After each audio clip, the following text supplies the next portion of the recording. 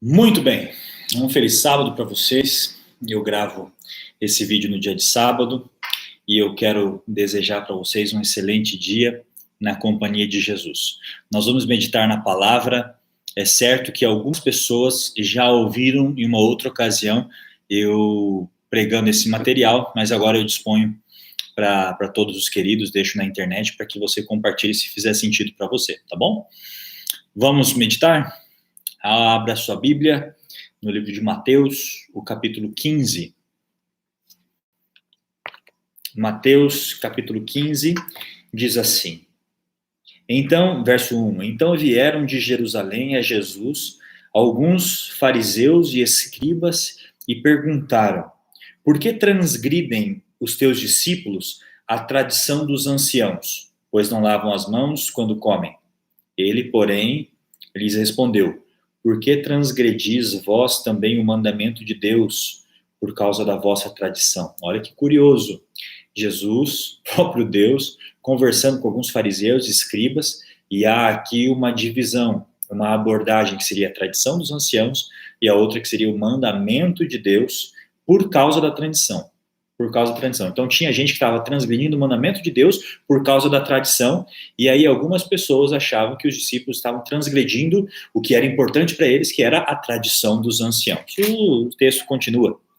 Porque Deus ordenou, honra teu pai e tua mãe, e aí depois o verso 8, verso 9, vai dizer assim, ó, este povo honra-me com os lábios, mas o seu coração está longe de mim, e em vão me adoram, ensinando doutrinas que são preceitos de homens. Muito curioso, você já deve ter lido, o título dessa mensagem é Teologia versus Religião. Curiosamente, queridos, há muitas pessoas que não conseguem diferenciar o que é teologia e o que é religião. E era muito bom que fosse a mesma coisa. Infelizmente, não é. Teologia, o meu filho chama Theo é uma palavra grega, quer dizer Deus, logos, palavra, teologia é o estudo de Deus. Ou seja, se nós seres humanos vamos estudar Deus, logo... a moto fez um barulho legal, obrigado, hein? É isso aí. Muitos barulhinhos. Vamos lá. Teologia é o estudo de Deus. Se o ser humano vai, então, estudar Deus, o objeto de estudo, a fonte de conhecimento é o próprio Deus. Deuteronômio 29, 29 tem um texto interessante, eu quero compartilhar com vocês, e diz assim, ó, as coisas encobertas pertencem ao Senhor, nosso Deus, porém as reveladas nos pertencem a nós e a nossos filhos para sempre, para que cumpramos todas as palavras dessa lei. A palavra de Deus é a revelação. Revelação para nós, mas revelação do próprio Deus. Então, quando a gente for falar de teologia, quando você for buscar sobre teologia, você vai ter que buscar em uma fonte, e essa fonte é Deus. 2 Timóteo 3,16 diz um texto que toda a escritura é inspirada por Deus e serve para o ensino, para a repreensão na justiça, para que o homem seja perfeito e perfeitamente habilitado para toda obra. Muito curioso isso. Perceba que o conhecimento, tanto em Deuteronômio 29, 29, quanto em 2 Timóteo 3,16, o conhecimento leva à prática. Olha o Deuteronômio 29. As coisas encobertas pertencem ao Senhor, mas as reveladas pertencem a nós e a nossos filhos para sempre, para que obedeçamos todas as palavras dessa lei. Então, o conhecimento vem de Deus para que a gente aplique em nosso contexto. 2 Timóteo 3,16 diz que toda a palavra é inspirada por Deus, serve para ensino, para instrução, para correção, para repreensão na justiça, para que o homem seja perfeito e perfeitamente habilitado para toda obra. Perceba essa conexão muito bonita, tá? Há um outro texto que eu gosto muito, está em Êxodo. Deixa eu abrir aqui para vocês. Êxodo, segundo livro da Bíblia, o capítulo 20 e o verso 1 diz assim, ó. Então falou Deus todas essas palavras. Eu sou o Senhor, teu Deus, que te tirei da terra do Egito, da casa da servidão. E aí ele começa com os 10 mandamentos. Então é palavra dele, ensinamento dele para nós. Isso é teologia. E religião? A religião tem como fonte de conhecimento o homem.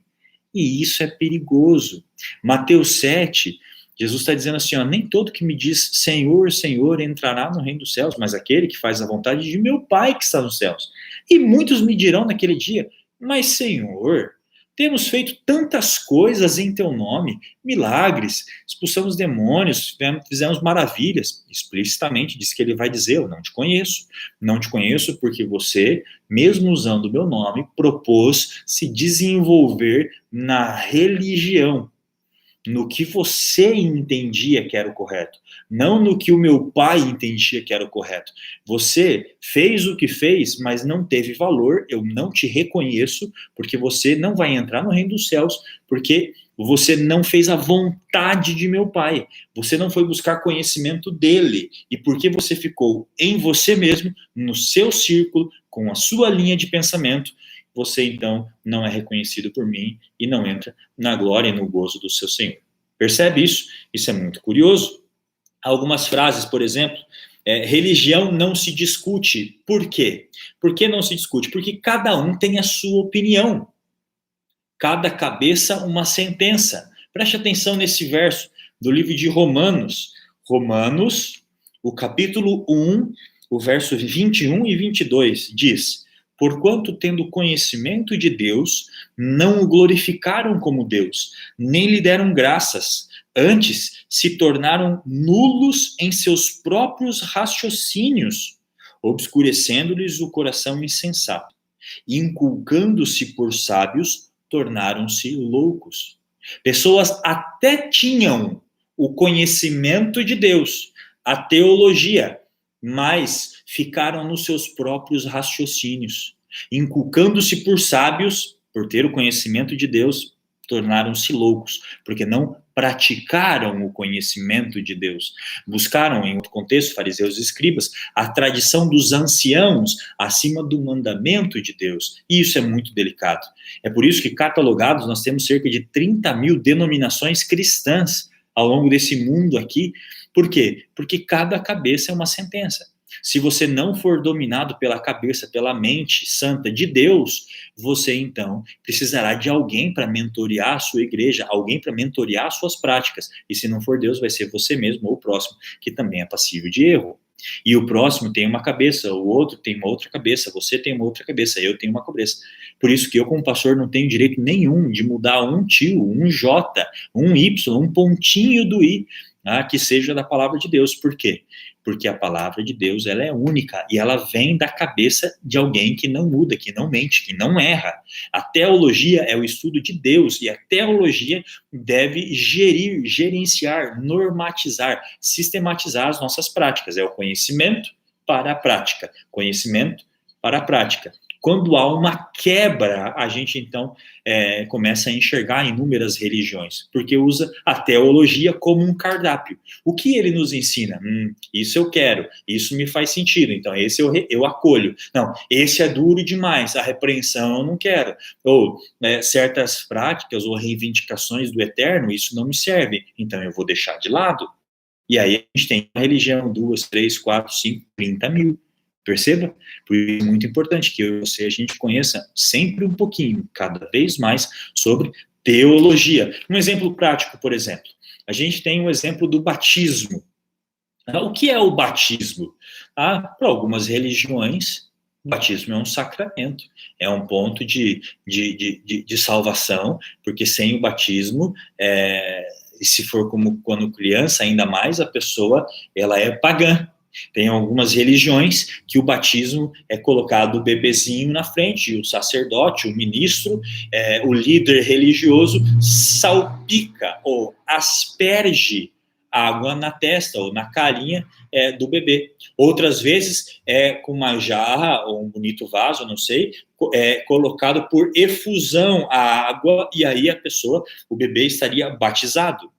Mas pense, a palavra baptizo no grego significa mergulhar, imergir, e o Novo Testamento dá claros indícios que quando Jesus foi batizado, e João Batista batizava as pessoas, e depois os apóstolos, as pessoas eram mergulhadas, há um significado em mergulhar, em submergir na água e depois voltar. É a morte para uma antiga vida e a ressurreição para uma novidade de vida, para uma nova vida. Isso tem um significado, isso tem uma teologia por trás. Portanto, pessoas que são religiosas e participam de um batismo com aspersão e com efusão pela religião delas, elas estão batizadas? Sim. E pela teologia? Não. Você percebe que a religião normatiza para um lado e às vezes a teologia vai normatizar para o outro, você precisa escolher.